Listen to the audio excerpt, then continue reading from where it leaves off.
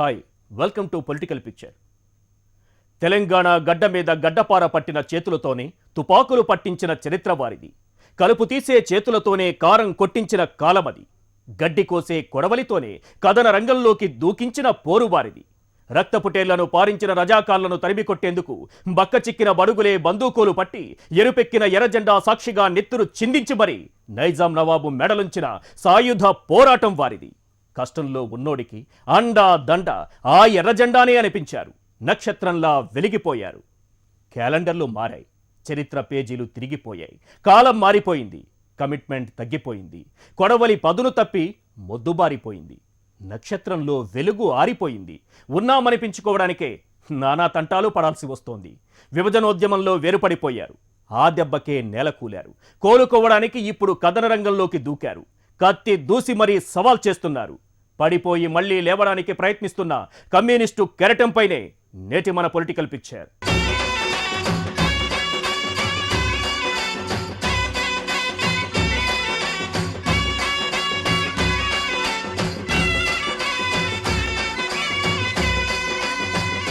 నిరాశలో మునిగిపోయారు, నైరాశ్యంలో పడిపోయారు. ఇంకేం చేయగలం అనుకున్నారు. అలాంటి వారికి ఆక్సిజన్ అందింది. ఒక్క సభతో మంచి టానిక్ దొరికింది. నాయకులు పంచ్ డైలాగులు కొట్టడంతో హుషారెక్కిపోయారు. ఎర్ర జెండాతో కవాతు చేసిన వాడు అదే జెండాను రెపరెపలాడించుకుంటూ ఇంటికి వెళ్ళాడు. గ్రౌండ్లో గ్రాండ్గా నడిచిన మీటింగ్తో మళ్లీ రొమ్ము విరుచుకుంటూ వెళ్ళిపోయాడు. కర్తవ్యం బోధించిన నేతలంతా కసరత్తు చేసుకోవడానికి సిద్ధపడిపోయారు. పోరాటమే కాదు, అధికారమే అసలు టార్గెట్ అంటూ కొత్త ట్రెండ్ చూపించారు. వర్గ పోరాటానికి సామాజిక పోరును మేళవించి లాల్ నీల్ అంటూ నయా కాన్సెప్ట్తో ముందుకొచ్చేస్తున్నారు.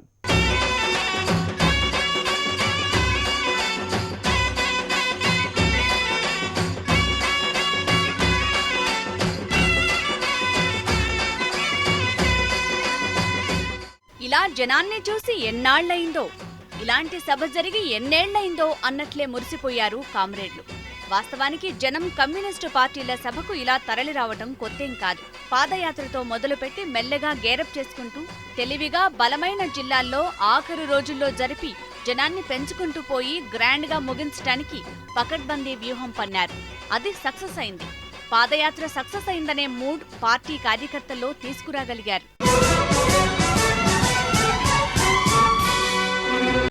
గద్దర్ దూకుడు, గోరేటి వెంకన్న ఎగురుడు, ఇంకే ఉంది. కార్యకర్తలంతా హుషారెత్తిపోయారు. పాటలకు ఎర్ర జెండా పట్టుకుని మరీ డాన్సులేశారు.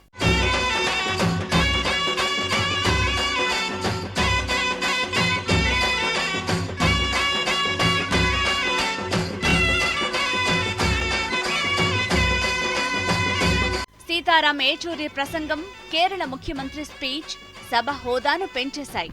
సిపిఐ నేతలు, మేధావులంతా వేదిక మీదే ఆసీనులై ఉండటంతో ఆ వేదికకు ఐక్య సంఘటన రూపం వచ్చేసింది. పాదయాత్ర బృందానికి నాయకత్వం వహించి పార్టీ తరపున వ్యూహరచన చేసి వ్యవహారాన్ని ఇప్పటిదాకా లాక్కొచ్చిన తమ్మినేని వీరభద్రం స్పీచ్ అయితే పంచ్లతో అదిరిపోయింది. కేసీఆర్ బలంగా ఉన్నారని ఆలోచించనక్కర్లేదు, మనం ధీటుగా ఎదుర్కొంటాం, మన పని అయిపోయిందని అనుకోవద్దు, మనకు ముందు భవిష్యత్తుంది అని చెప్పటానికి అన్నట్లుగా ఆవేశంగా పదునుగా డైలాగులు వదిలారు తమ్మినేని.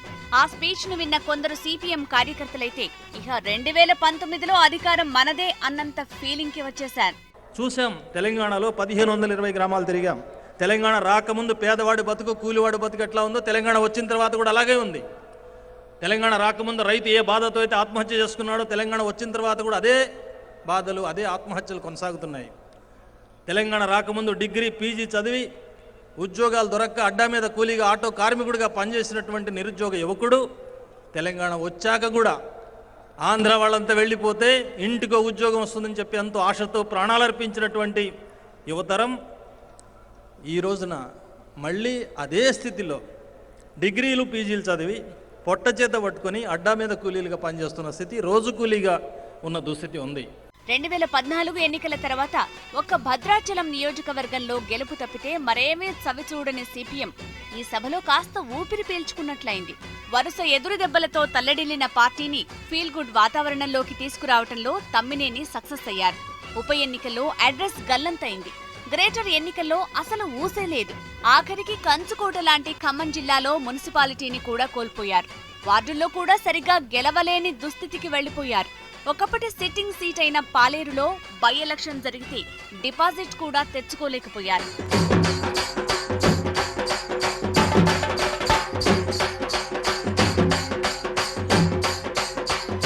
పరిణామాలతో డీలా పడ్డ శ్రేణులకు ఉత్సాహం తేవటానికి, పార్టీని మళ్లీ యాక్టివేట్ చేయటానికి తమ్మినేని వ్యూహాత్మకంగా పాదయాత్ర చేపట్టారు. పాదయాత్రకు ఖమ్మం, నల్లగొండ జిల్లాలు తప్ప మిగిలిన చోట్ల పెద్దగా ఆదరణ దక్కిందేమీ లేదు. ఎందుకంటే ఎక్కడా ఆ పార్టీకి బలం లేదు. కాకపోతే ఏమీ లేని చోట కూడా తామున్నామని చెప్పుకోగలిగారు. ఇప్పుడు సభ తెచ్చిన ఊపుతో ఉత్సాహం వచ్చింది. మరి బలం పెరుగుతుందా? పెంచుకోగలరా? అదే ఇప్పుడు అందరి మదిలో మెదులుతున్న ప్రశ్న. వార్ వన్ సైడ్ గా దుమ్ము రేపుతున్న కేసీఆర్ తో తలపడగలరా అనేదే అనుమానం.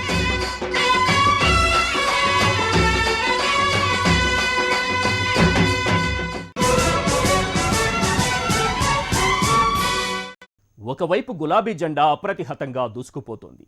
ఎదురుదాడికి హస్తం విశ్వప్రయత్నం చేస్తోంది. వల్లకాక ఇప్పటికే టీడీపీ చతికిలపడింది. వీరందరి మధ్య అసలు కామ్రేళ్లను పట్టించుకునేవారే లేకుండా పోయారు. లక్ష్యం ఒకటే అయినా డిఫరెంట్ ఎజెండాలతో అనేక ఎర్రజెండాలున్నాయి. అన్నింటినీ ఒకచోటికి చేరిస్తే అయినా చేవ పెరుగుతుందనే ఆశతో సిపిఎం వ్యూహం పన్నింది. అయినా లాభం లేకపోయింది. నిరుత్సాహంలో ఉన్న పార్టీలో జోష్ రావాలంటే పాదయాత్ర పాచిక తప్పదనుకుని విసిరారు. 5 నెలల పాటు 4000 కిలోమీటర్లు సాగిన ఆ పాదయాత్రతో బలం పెరిగింది. లేకపోయినా బలగాన్ని నిద్ర లేపినట్లయింది.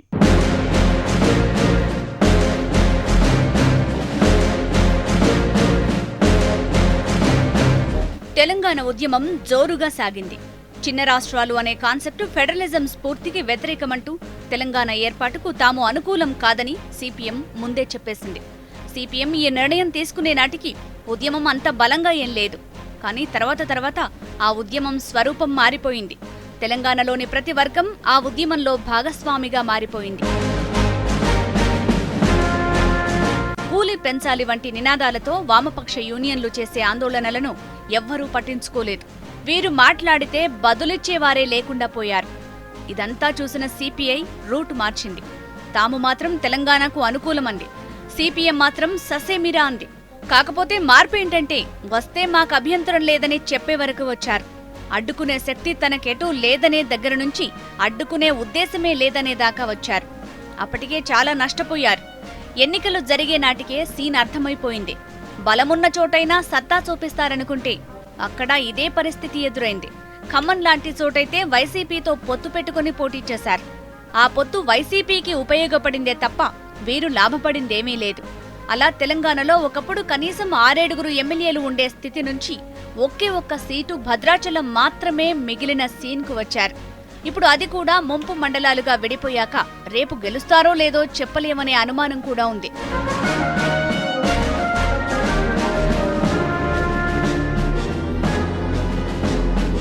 ఒకప్పుడు ఎర్రజెండాల మధ్యే శత్రుత్వం ఉండేది. ఒకరికొకరు పడేది కాదు. ఆధిపత్య పోరులో భాగంగా కీచులాటలు ఉండేవి. కానీ అందరూ బలహీనపడ్డాక కర్తవ్యం బోధపడినట్లుంది. అందరినీ ఒకచోటకు చేర్చే పని మొదలైంది. దీనికి సిపిఎం చొరవ తీసుకుంది. ప్రజా సాంస్కృతిక కేంద్రం అనే పేరు పెట్టి సిద్ధాంతాల రాద్ధాంతాలతో సంబంధం లేకుండా అన్ని ప్రజా సంఘాలకు అందులో ఎంట్రీ ఇచ్చేశారు. అందరికీ అదో వేదికగా మారిపోయింది. ఏదైనా ఇష్యూ వస్తే అందరూ కలిసి చేయడం అనే కల్చర్ మొదలైంది. దీంతో కాస్త ఊపు వచ్చినట్లు కనబడింది.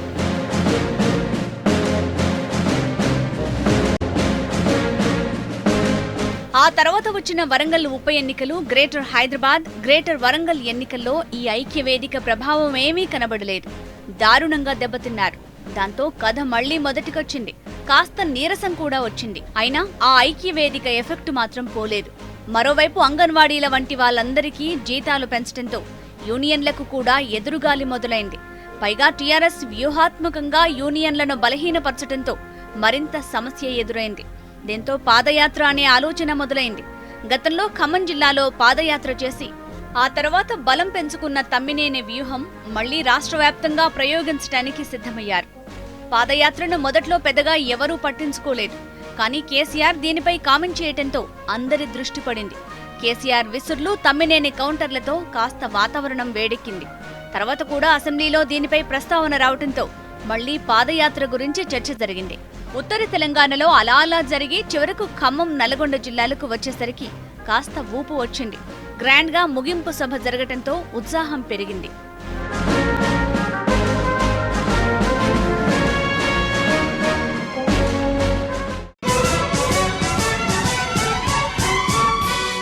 తెలంగాణలో కొన్ని ప్రాంతాలు వారికి కంచుకోటలు. అలాంటి కోటలే బీటలు వారాయి. పిలిపిస్తే ప్రభంజనంలా జనం కదిలొచ్చే రోజులు పోయాయి. జనంతోనే ఉండి సద్దిబొవ్వలు తినే నాయకులు కనుమరుగైపోయారు. కష్టమొస్తే కారే కన్నీటి బొట్టునవుతాననే ఛత్రపతులు ఇప్పుడు ఆ పార్టీ కార్యాలయాల్లో కనబడ్డం లేదు. అసలు సిసలు కమ్యూనిస్టు యోధులంతా కాలగర్భంలో కలిసిపోయారు. వారి వారసులుగా రంగంలోకి వచ్చిన వారు ఏదో ఒక జెండా కర్రకు తమ ఎర్ర జెండా కట్టేసుకుని 4 ఎమ్మెల్యే సీట్లు గెలుచుకోవడమే లక్ష్యంగా పనిచేసేసుకుంటున్నారు.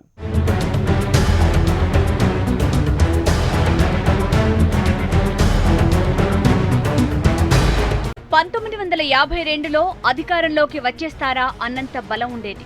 1983లో కాంగ్రెస్ వ్యతిరేక గాలిలో తామే గెలుస్తామన్న ఆత్మవిశ్వాసంతో ఎన్టీఆర్ అడిగినా పొత్తుకు కాదన్నారు. ఆ తర్వాత 1985 నుంచి మొదలైంది పొత్తుల కథ. టీడీపీతో పొత్తు కొనసాగించారు. ఆ తర్వాత చంద్రబాబు నాయుడు బీజేపీని చూసుకుని కాదనటంతో ఒంటరిగా పోటీ చేసి ఎన్ని ఓట్లు పడ్డాయా అని లెక్కలు చూసుకోవాల్సి వచ్చింది. 2004లో వైఎస్ నాయకత్వంలో కాంగ్రెస్తో పొత్తు పెట్టుకుని మళ్లీ పికప్ అయ్యారు. అధికార పక్షానికి వ్యతిరేకత పెంచడంలో కమ్యూనిస్టు పార్టీల పాత్రే ప్రధానంగా ఉంటుంది. వారు చేసే తప్పులను పద్ధతి ప్రకారం ఎక్స్పోజ్ చేయటం, జనంలోకి తీసుకువెళ్లటంలో వీరే ఎక్స్పర్ట్స్. కానీ ఆ వాతావరణాన్ని వాడుకుని అధికారంలోకి రావటంలో ఇతర పార్టీలు ఎక్స్పర్ట్స్ అయిపోయాయి.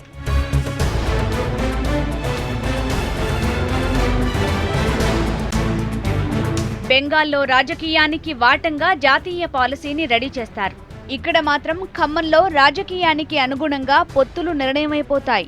ఇది ఎప్పటి నుంచో జరుగుతున్న చరిత్ర. ఇప్పుడు ఆ ఖమ్మంలో కూడా వీక్ అయిపోయారు. ఎమ్మెల్యే సీట్లు గెలవటమే లక్ష్యం. దానికోసం ఏ పార్టీ బలంగా ఉంటే వారితోనే పొత్తు. అదేమంటే ఎన్నికల వరకే పొత్తు, తర్వాతేమీ సంబంధం లేదనే సమాధానం వస్తుంది. చివరకు ఆ పొత్తుల సంబంధాలు పార్టీల మధ్య కన్నా కింది స్థాయి కార్యకర్తల మధ్య బాగా కుదిరిపోయాయి. పార్టీలు మార్చేసే పరిస్థితికి తీసుకొచ్చింది. ఒకప్పుడు ఆపరేషన్ ఆకర్ష్ జరిగితే అందులో వామపక్ష నేతలకు మాత్రం ఎలాంటి ఎఫెక్ట్ ఉండేది కాదు. అసలు ఆ ఆలోచనే వచ్చేది కాదు. కానీ ఇప్పుడు అదేమీ లేదు. ఎవరైనా ఒకటే అన్నట్లు అయిపోయింది. ఒకప్పుడు వామపక్ష ఎమ్మెల్యే అవినీతి చేస్తాడంటే చెంపదెబ్బ కొట్టేవారు. ఇప్పుడు చెయ్యడని అంటే పిచ్చివాడా అన్నట్లు చూస్తున్నారు.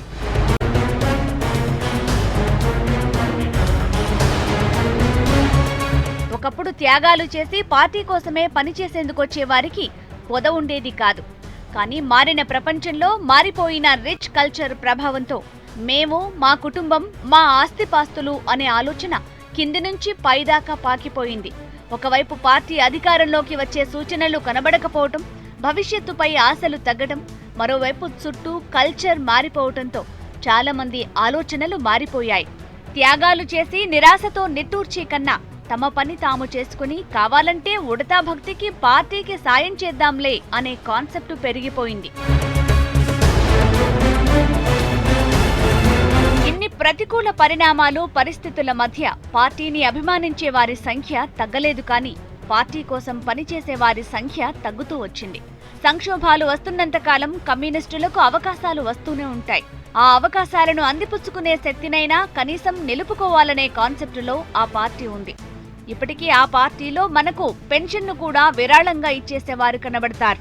తమ భూమిని కూడా పార్టీ ఆఫీసు కోసం వదులుకునేవారు కనబడతారు. కుటుంబాన్ని వదిలేసి పార్టీ కోసమే పనిచేసేవారు కనబడతారు. నెలల తరబడి జైల్లోనే మగ్గిపోవటానికి కూడా సిద్ధపడేవారు కనబడతారు. పోలీసుల దెబ్బలు తినడానికి వారు సిద్ధమే. దాడులు జరిగితే ప్రాణాలు వదిలేయటానికి వారు సిద్ధమే. కానీ ఇలా ఉండాలంటే అందుకు తగ్గ వాతావరణం కూడా ఉండాలి. ఇప్పుడది కనబడటం లేదు.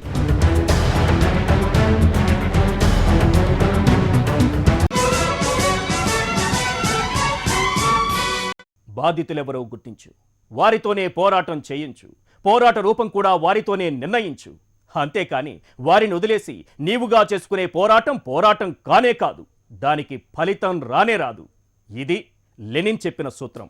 ఇప్పుడు జరుగుతున్నది దానికి విరుద్ధం. సమస్య ఎవరిదో, ధర్నాలో కూర్చునేది ఇంకెవరు? బాధితులు కదిలిరారు. కానీ పార్టీ కార్యకర్తలే పోరాటం చేసేస్తారు. ఆ పోరుకు ఫలితం దక్కిన పార్టీకి మాత్రం ఓట్లు దక్కవు.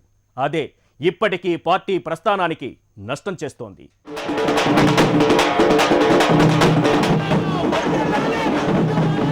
ఒకప్పుడు వ్యవసాయ కార్మికుల తరపున జరిగిన పార్టీ పోరు గ్రామాల్లో హల్చల్ చేసింది.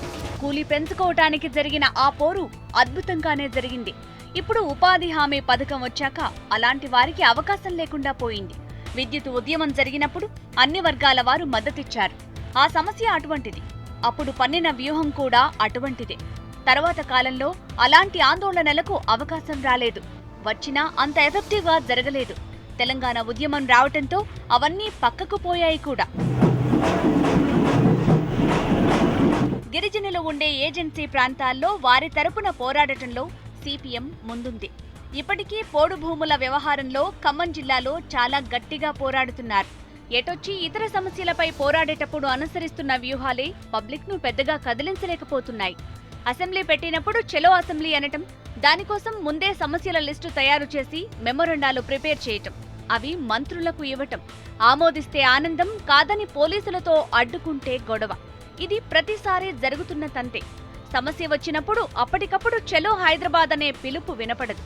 అంతా షెడ్యూల్ ప్రకారమే జరుగుతుంది.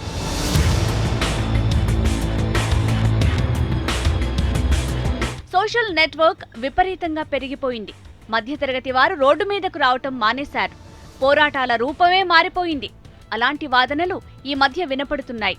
మరోవైపు ఢిల్లీలో అత్యాచారాలకు వ్యతిరేకంగా యువత కదిలి వచ్చింది. గుజరాత్లో రిజర్వేషన్ల కోసం పటేళ్లు భారీ ఎత్తున రోడ్డెక్కారు. హర్యానాలో జాట్ల ఆందోళన కూడా అలాగే జరుగుతోంది. భావోద్వేగ ఆందోళనలకు అలా కదిలి వస్తారనే వాదన కూడా ఉంది.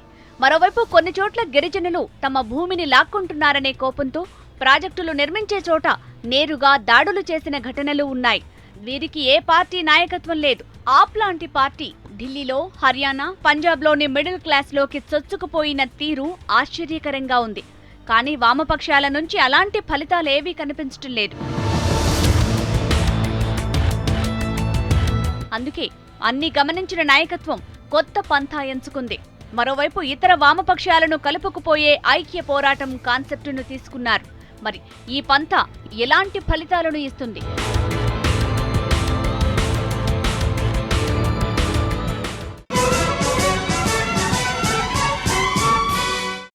కులాలు ఆర్థిక పోరాటాన్ని కూడా ముక్కలు చేస్తాయని గుర్తించారు. అందుకే ఇప్పుడు సామాజిక న్యాయం కూడా తోడైతేనే వర్గ పోరాటం పదునెక్కుతుందనే కాన్సెప్ట్కు వచ్చారు.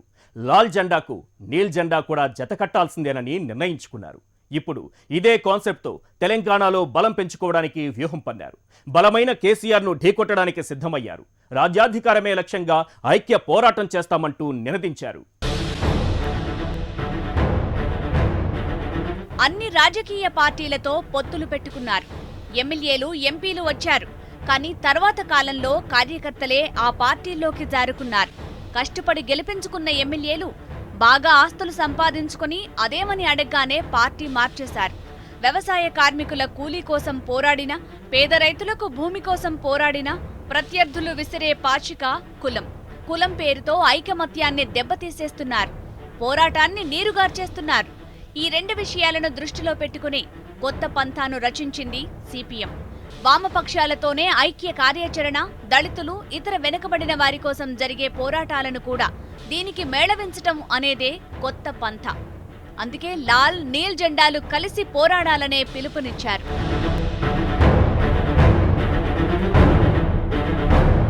ఎప్పుడు మాట్లాడినా పోరాడతామని చెప్పటమే తప్ప అధికారం గురించి మాట్లాడటం అలవాటు లేదు.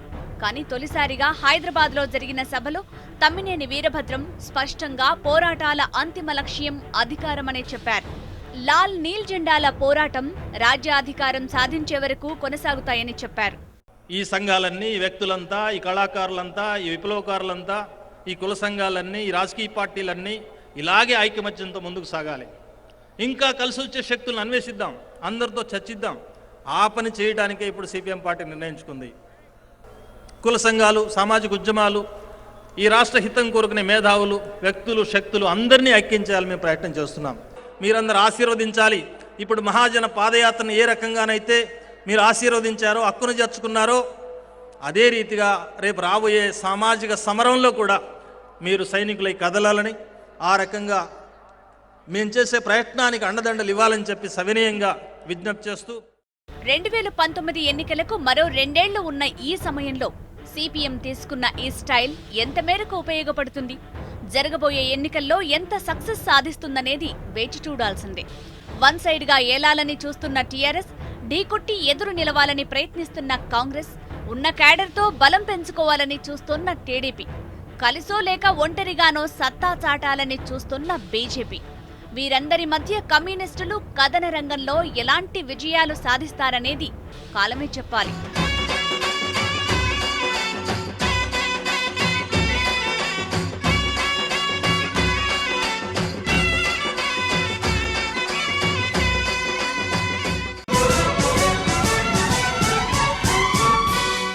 కష్టాలకు కాలం చెల్లనంత కాలం కమ్యూనిస్టులకు కాలం చెల్లదు. జనం కోసమే పనిచేసే ప్రతివాడు కమ్యూనిస్టే. జెండా రంగు ఎరుపైతేనో, కమ్యూనిస్టు నాయకుల వారసులైతేనో అది కమ్యూనిస్టు పార్టీ అయిపోదు.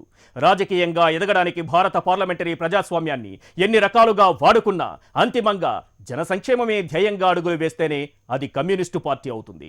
అప్డేట్ అవ్వని వ్యూహాలతో, ఎదగలేని ఎత్తుగడలతో కొందరికే పరిమితమైపోయిన సిపిఎం మరి కొత్త పంథాతో కదం తొక్కుతుందో లేదో వేచి చూడాల్సిందే. ఇది ఇవాల్టి పొలిటికల్ పిక్చర్. చూస్తూనే ఉండండి హెచ్ఎం టీవీ.